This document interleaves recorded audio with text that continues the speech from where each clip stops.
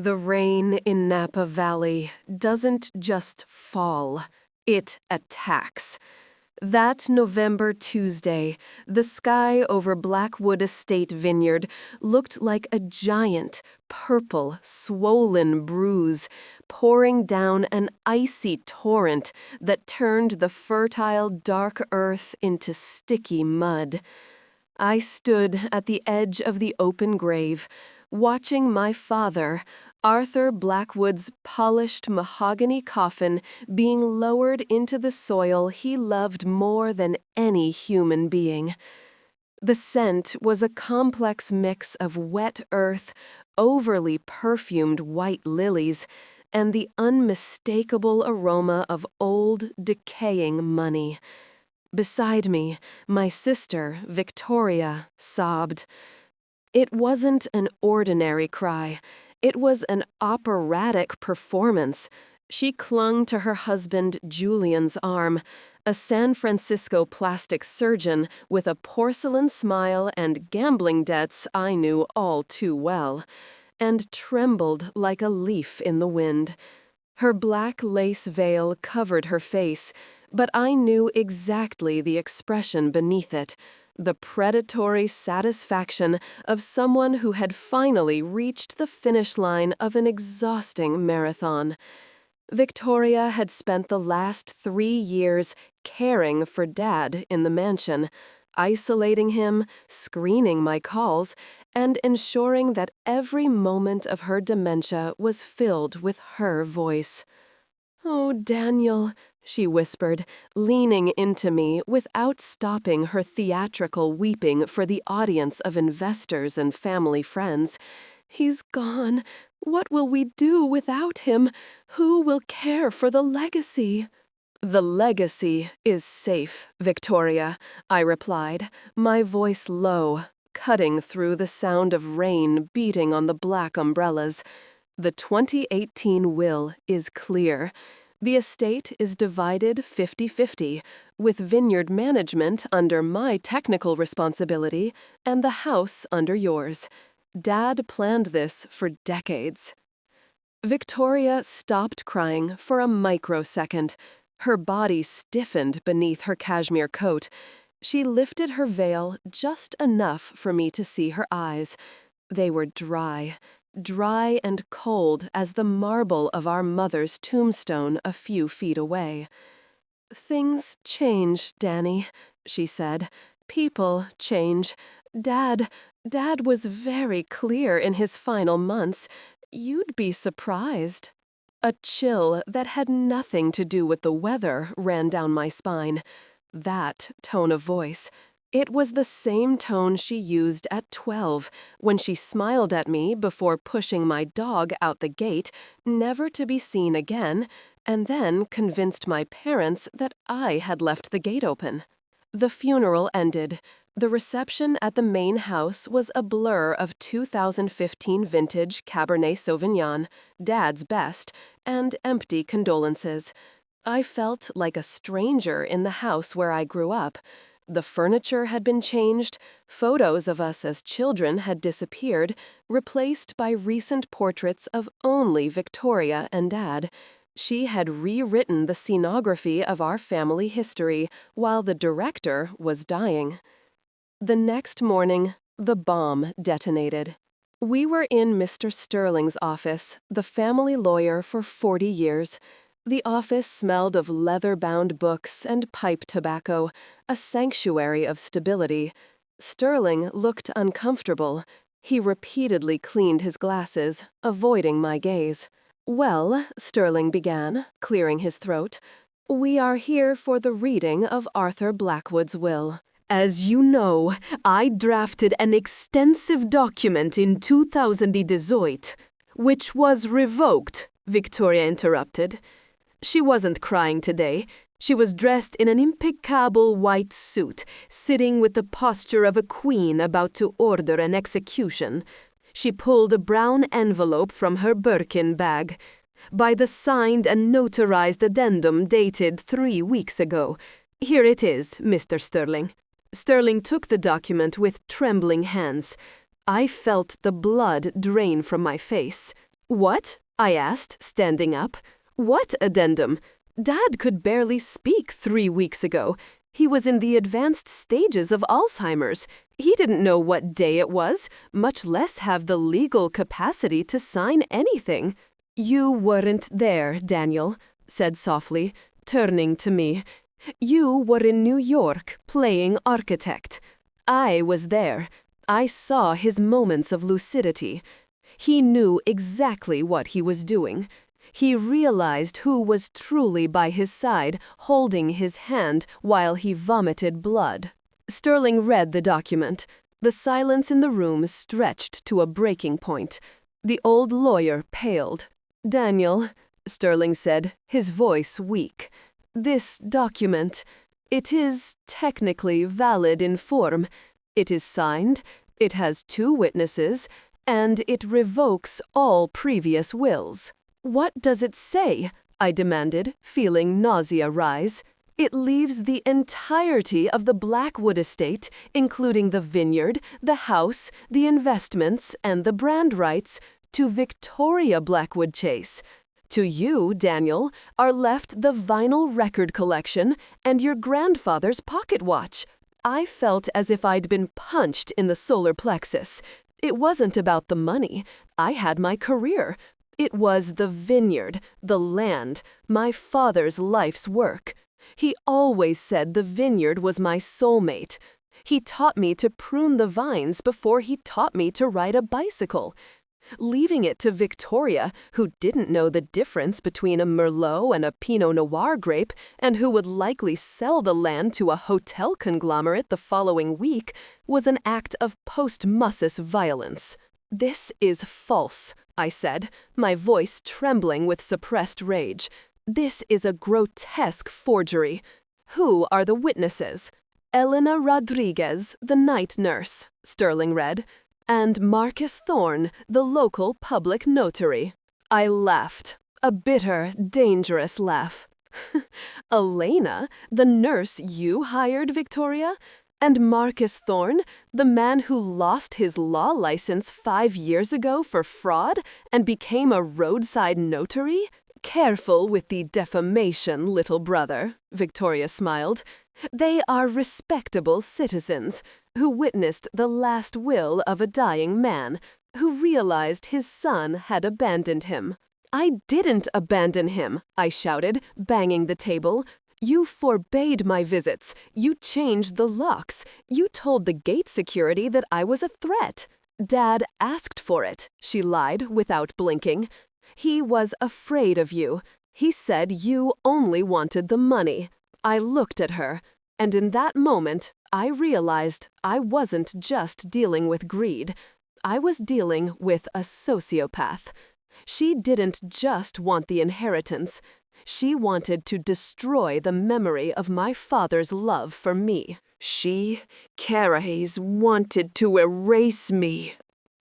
I'm going to contest this, I said, grabbing my briefcase. I will spend every penny I have. I will hire handwriting experts. I will investigate these witnesses.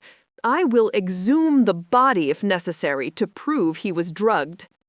Victoria stood up and walked over to me. She got close, invading my personal space, smelling of expensive perfume and victory. Save your money, Danny, she whispered. You're going to lose. The judge in this county plays golf with my father-in-law. The notary is bulletproof, and the nurse, well, Elena, is very loyal.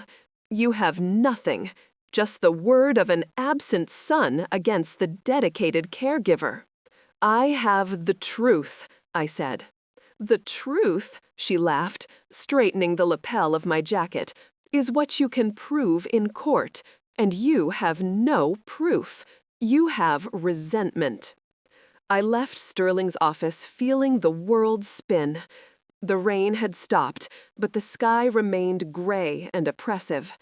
I got in my car and drove aimlessly along the winding valley roads, past the dormant vines that now legally belonged to the woman who hated them. Victoria was right about one thing. Truth in court requires proof. Testimonies can be bought, signatures can be practiced, doctors can be bribed to attest to lucidity. In a he said, she said battle, the dedicated caregiver almost always wins against the big city sun. But Victoria made a mistake, the classic mistake of the arrogant. She underestimated our father's paranoia, and she underestimated my profession. I'm not just an architect. I'm a specialist in high-level home automation and security. 2 years ago, before Victoria took full control and changed the locks, I paid Dad a visit. He was having a moment of clarity, but he was scared. "They disappear, Danny," he told me, looking into the corners of the room. "My things, my papers, and sometimes I think she puts things in my drink." That day, while Victoria was at the spa, I installed a system. Not a common camera system that flashes red lights and connects to the house Wi-Fi, which she could turn off. I installed a hardwired, hidden, independent system. Micro cameras and high-fidelity microphones hidden inside the smoke detectors, inside the frame of the antique office mirror, and, crucially, inside the crystal chandelier above his bed. The system recorded to a remote encrypted server, accessible only by my biometrics, and it had a backup battery that lasted for months. I had never checked the recordings.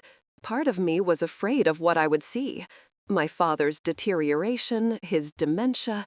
I wanted to respect his privacy. But now privacy had been violated by a crime. I arrived at my hotel room in Napa. I locked the door, I closed the curtains.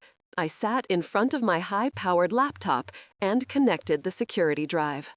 My hands trembled as I typed the decryption key. Accessing Blackwood Secure Server. Files found, 14,500 hours of recording. I needed to find the day of the signing, 3 weeks ago, October 24th. I scrolled through the timeline. The video loaded. The image was crystal clear, in 4K, captured from the overhead angle of Dad's office. I saw the room. I saw my father sitting in the wheelchair, looking tiny, his head slumped to the side, his mouth agape. He appeared to be in a stupor, drooling slightly on his shirt. The door opened.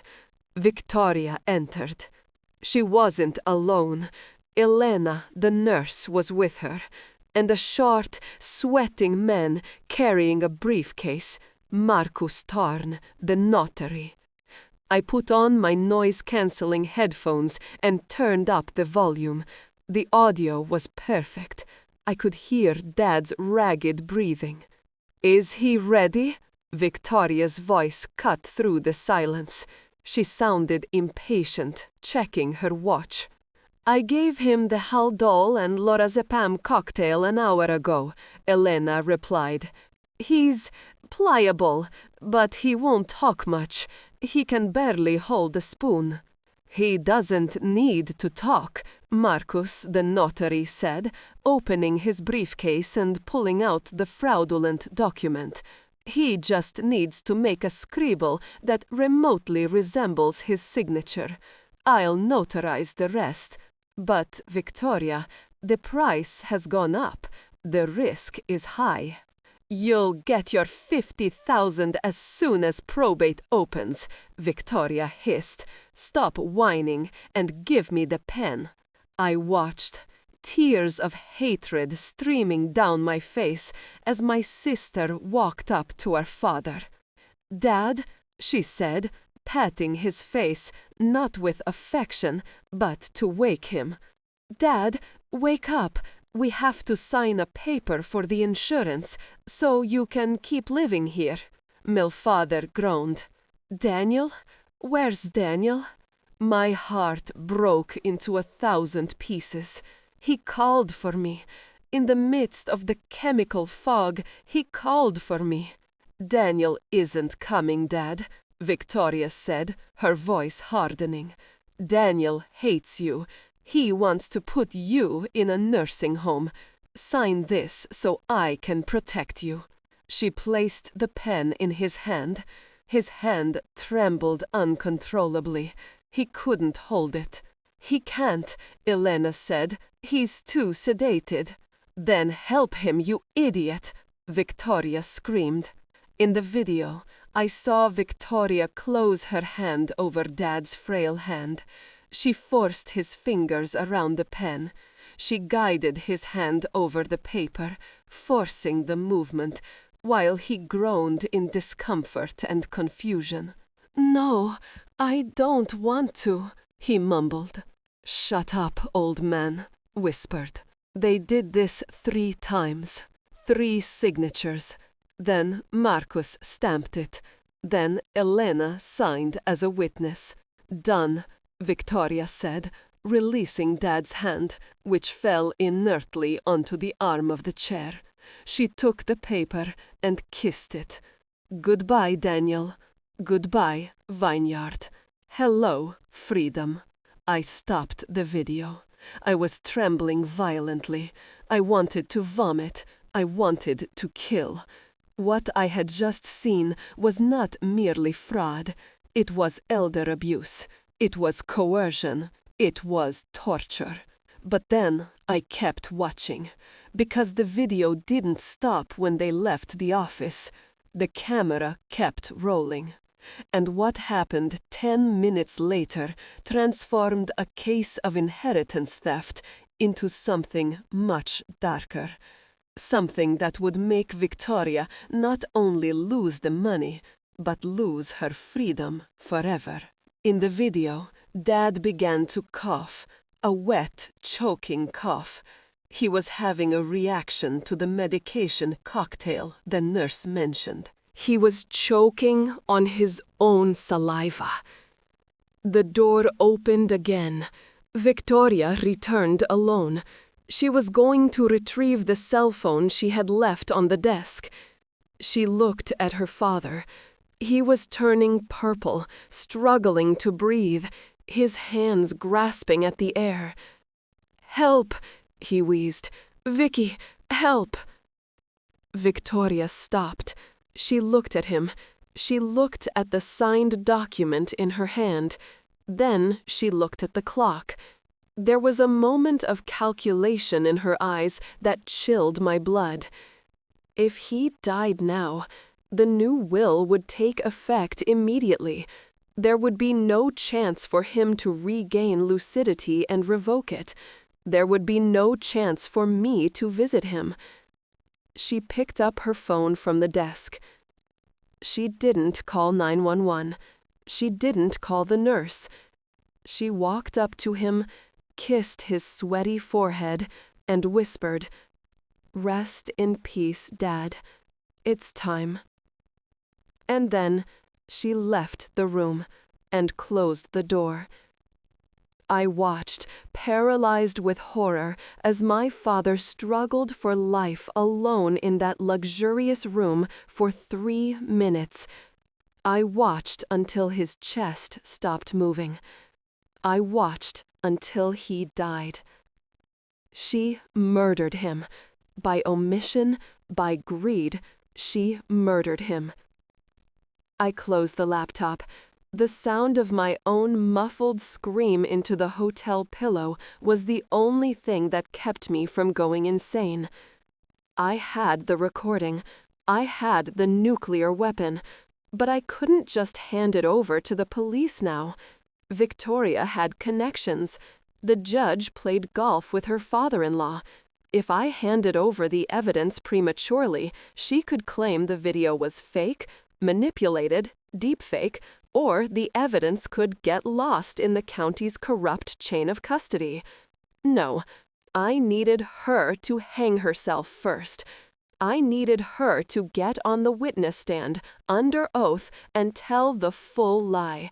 I needed her to commit to the false version of the story before a federal judge, where her local connections would be worthless.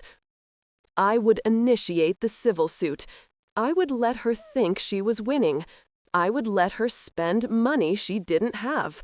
I would let her humiliate me publicly. And then, at the right moment, I would press play. The legal battle began in January.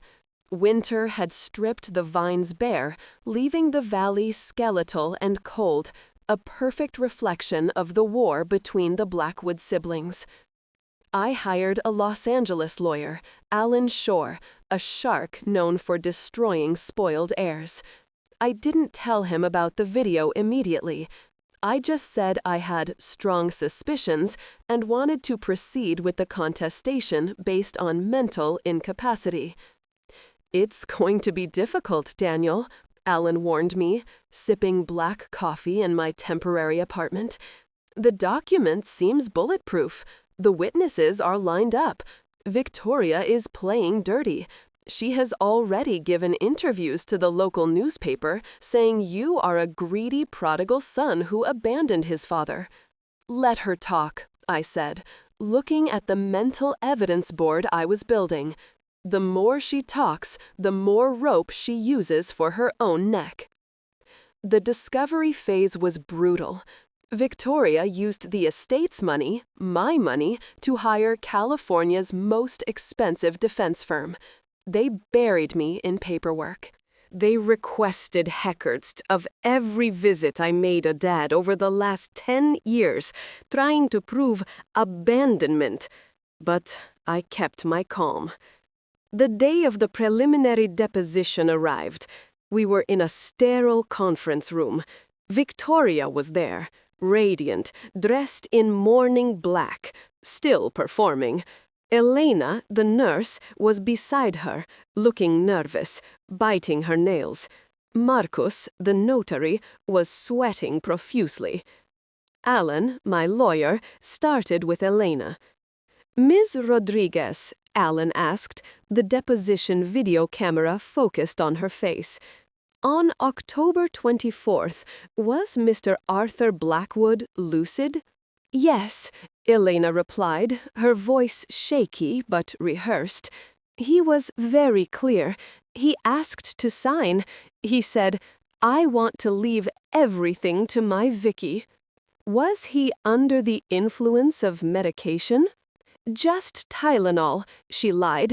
"Nothing that would affect his judgment." I wrote in my notepad, "Lie 1, Haldol and lorazepam."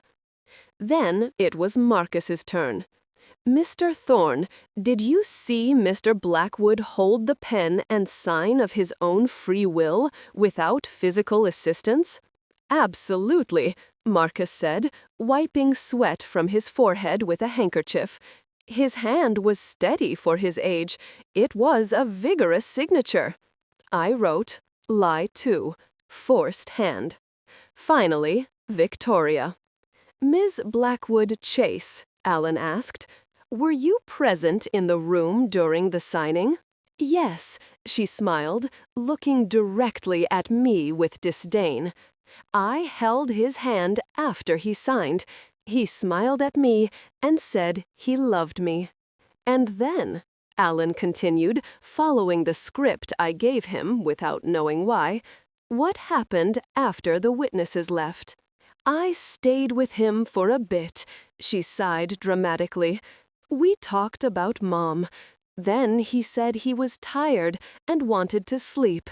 I covered him, kissed his forehead, and left.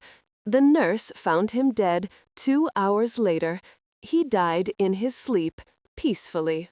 I wrote, "Lie 3, the fatal lie." I had everything recorded, perjury, 3 times, on official video. When we left the room, Victoria stopped me in the hallway. "Give up, Daniel," she said, adjusting her hair. "You saw today. Our stories are consistent. You have nothing, just jealousy. Dad chose me. Accept it." "You're right, Victoria," I said, looking into her eyes. I saw the darkness within. "Your stories are very consistent, almost scripted." "It's the truth," she hissed. The truth has a funny way of showing up. I'll see you in court. The trial was set for March. The assigned judge was, as Victoria predicted, the Honorable Judge Harrison, her father-in-law's golf partner. I knew I was walking into a trap. The judge dismissed half of our preliminary motions. He was clearly inclined to validate the will and close the case quickly for lunch. On the first day of the trial, the courtroom was packed. The local press loved a vineyard scandal. Victoria played to the audience, wiping away invisible tears. The defense presented its case. The witnesses repeated their lies. Judge Harrison nodded in agreement, looking bored with my defense attempts. Mr. Daniel, the judge said on the third day, "If you tem no concrete evidência beyond conjectures about your father's mental health, I am inclined to issue a summary verdict in favor de Miss Victoria." Alan looked at me, sweating. "Daniel, if you have any cards up your sleeve, now is the time. We are losing." Eu me levantei, peguei meu laptop e encriptado USB drive. "Your Honor," I said, meu voz ecoando no alto cofre de madeira. "I have evidence que diretamente refuta os testemunhos de todos os 3 testemunhas de defesa." "What evidence is this?" the judge asked, skeptical. "Why wasn't it presented in discovery?" "Because é prova de perjury e refutação, Your Honor. Eu precisei que eles mentissem em juramento antes para que a evidência fosse admissível nesse contexto. É um áudio e vídeo recordente from my father's office, datado outubro 24, o dia da assinatura, e o dia de death." Victoria turned pale. She turned to her lawyer, whispering frantically. The lawyer stood up. "Objection! Ilegal recording! California é um two-party consent state. Mr. Arthur did not consent to being recorded." "Actually," I replied, pulling a document from my brief, "as I held my father's medical and security power of attorney since 2015, documento Victoria forgot to revogar, eu tinha a legal autoridade a instalar segurança monitoramento para seu proteção. A recordem é legal." Judge Harrison hesitated. Ele olhou para Victoria's pai da noiva na audiência. Mas a law era clara. E curiosidade era maior. "Eu vou alocar a exibição em câmera primeiro," the judge said. "Just me and the lawyers." "No, Your Honor," I insisti. "A perjury foi pública. A refutação must ser pública. E dados os criminosos implicativos do que está na fita, eu acredito que o County Sheriff, que está no back lá, should also see it." The judge, realizando que denegar isso poderia destruir sua carreira se a tape fosse licada lá atrás, assentou. "Proceda." Eu conectei o laptop ao courtroom's projection system. O large screen descendeu. Victoria tentou levantar-se. "I'm not feeling well." "Sit down, Miss Blackwood," the judge ordered, batendo seu martelo. Eu apertei play. A sala plonjou no office de meu pai. Vimos Victoria, Helena e Marcos entrarem. Ouvimos o plano. Ele não precisa falar, já precisa fazer um escriblo. Ouvimos a confissão de sedação, Haldol Cocktail.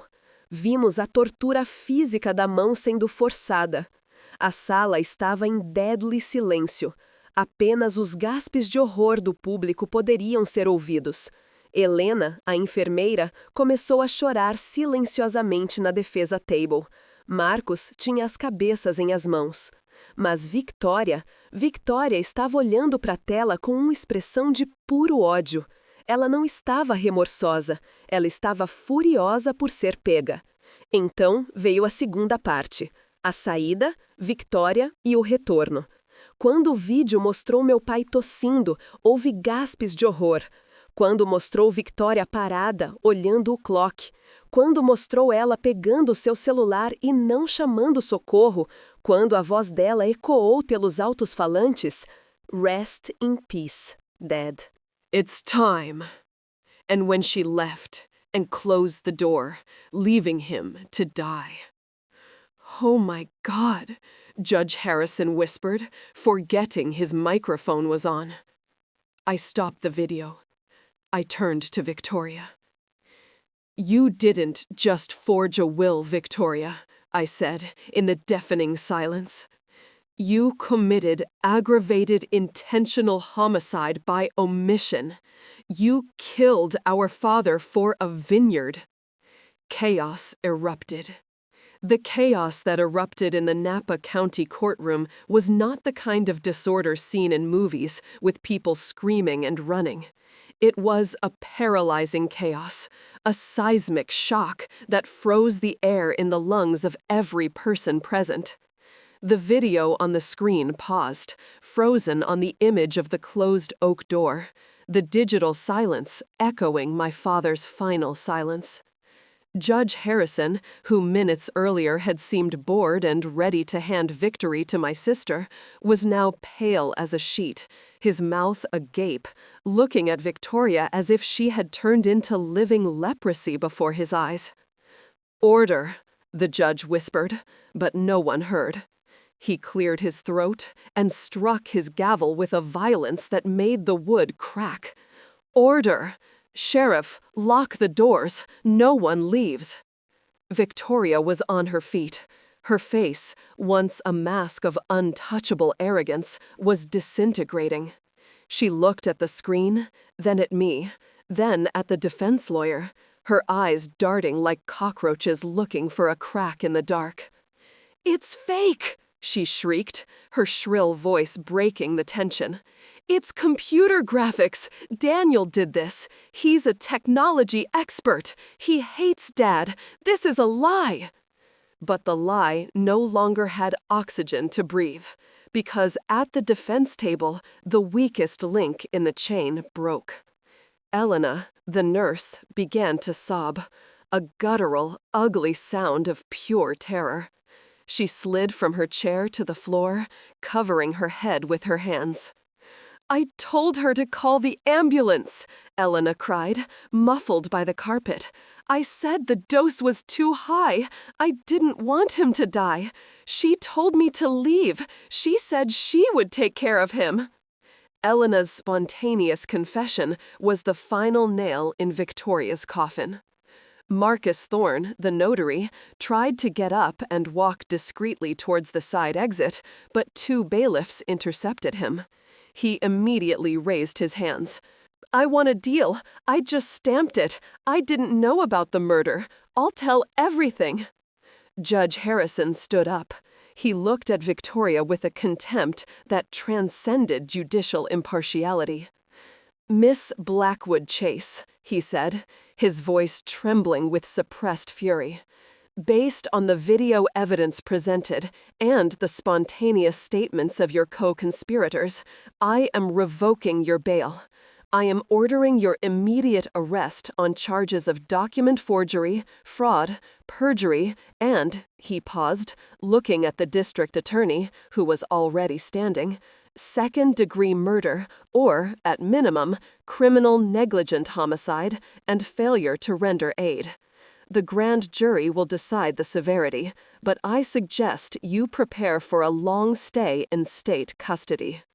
The sheriff moved forward. He was not gentle. He pulled Victoria's arms behind her forcefully. "Get your hands off me," Victoria hissed, struggling like a wild animal. "Do you know who I am? My father-in-law plays golf with the governor. This is a mistake. Daniel, stop this. Daniel, tell them it's a joke." She looked at me. For the first time in years, she looked into my eyes. There was no remorse. There was only the disbelief of a narcissist who never believed the rules applied to her. I stood up and walked to the barrier separating the gallery from the court well. I stood a meter from her as the cold metal handcuffs clicked on her wrists, the same sound that sealed our father's fate in that office. "It's not a joke, Victoria," I said softly. "It's the harvest. You planted poison. Now you drink. They dragged her out. She screamed, threatened, pleaded. Her husband, Julian, who was in the front row of the audience, did not move to help her. He was looking at his phone, probably calling his divorce lawyer to save his own assets before the ship sank. Love, after all, is the first thing to die when the money runs out. Leaving the courthouse was a circus. Local reporters, alerted by the scandal, surrounded my car. I said nothing. I drove straight to the Blackwood Estate vineyard. The rain had stopped. The late afternoon sun broke through the clouds, bathing the valley in a golden light. I entered the estate. The wrought iron gate, which Victoria had kept locked from me, now opened with my remote control. The house was silent, not the silence of peace, but the silence of a crime scene. The scent of her perfume still lingered in the air. I went straight to Dad's office. His chair was still there, the desk where he was forced to sign, the carpet where he might have fallen if he tried to get up. I sat in his chair. I looked out at the vineyard through the panoramic window. The vines stretched to the horizon, endless rows of dormant potential. I picked up the phone and called Alan. "How did it go?" he asked. "She was arrested. Elena and Marcus are singing like birds for the prosecutor in exchange for lighter sentences. The fraudulent will was nullified ab initio. The property is yours, Daniel, 100% of it, since the unworthiness clause in the original will automatically disinherited Victoria for causing the testator's death." "Thank you, Alan," I said. "Start the eviction process for her husband. I want him out of the guest house by noon tomorrow. And Alan, hire a cleaning crew. I want everything Victoria touched in this house removed or burned." I hung up. I sat there until dark. I thought of my father. I thought of his last moments. Did he die thinking I had abandoned him? Or, in that last second of clarity, did he understand that the real snake was inside the house? I would never know. That was the wound that would never heal. Victoria didn't just steal his life. She stole our goodbye. She stole the chance for me to hold his hand and tell him it was all right. 6 months later. Spring arrived in Napa Valley. The vibrant green of new leaves covered the vines. The vineyard was alive again. I was in the cellar, overseeing the bottling of the new vintage. A full-bodied, complex red, with notes of earth and blood. The office phone rang. It was from the Central California Women's Facility. I hesitated. I hadn't gone to see her. I hadn't gone a final trial where she accepted a 25-year plea deal to avoid life imprisonment. But something told me I needed to close this. I accepted the call. "Daniel?" Her voice was different, hoarse. The cigarettes and screams in prison had taken their toll. "What do you want, Victoria?" "They denied my appeal," she said. There was no sadness. There was only bitterness. 25 years. I'll be in my late 50s when I get out. My life is over. Your life ended the moment you decided that money was worth more than blood, I replied, watching a bottle being labeled through the control room glass. You think you won, don't you? She laughed, a dry sound. You're there, drinking Dad's wine, living in the big house. But you're alone, Danny. You'll always be alone. I did what I did because I wanted to live. You just exist. I'm not alone, I said. I have a clear conscience. I have the respect of the workers you treated like trash, and I have Dad's legacy, which I am protecting. You said you wanted to live, Victoria. Look where you are. A 2-by-3-meter concrete cell. You traded the freedom of the Napa horizon for a barred window. That's not life. It's the hell you built brick by brick. He was already dying, she screamed, the mask falling again. I just sped up the process. He was suffering. I did him a favor. You did yourself a favor, I corrected, and now you have 25 years to think if it was worth it. Danny, please, send money. I need money for the commissary. The food here is... I hung up. I blocked the penitentiary number. It was the last click, the last lock. I left the cellar and walked to the terrace. The sun was setting, painting the sky purple and orange, colors very similar to those of that rainy day at the funeral, but without the pain. Julian, her husband, was gone. He declared bankruptcy and moved to Florida. Victoria's friends disappeared like midday fog. The vineyard remained. The land remained. I walked to one of the old vines, those my father planted with his own hands 40 years ago. The trunk was thick, twisted, full of scars, but the leaves were new and strong. I touched the rough wood. "It's all right now, Dad," I whispered to the wind. "The weeds have been pulled." Justice didn't bring my father back. It didn't erase the image of him dying alone. But it brought balance. The universe, for a brief moment, corrected its course. Greed consumed itself, as it always does. I took a sip of the resilience wine. It was bitter at first, but the finish was clean. And you? What would you do if you discovered that the person sleeping in the next room is capable of the unthinkable? Would you have the courage to install the cameras? Would you have the strength to press play in court? If this story of ultimate betrayal and absolute justice made you rethink who you trust, subscribe to the channel. Leave in the comments. Was 25 years too little for Victoria? Remember, evil often doesn't have horns and a tail. Sometimes it has your sister's face and an apologetic smile. Keep your eyes open. You are stronger and smarter than you think.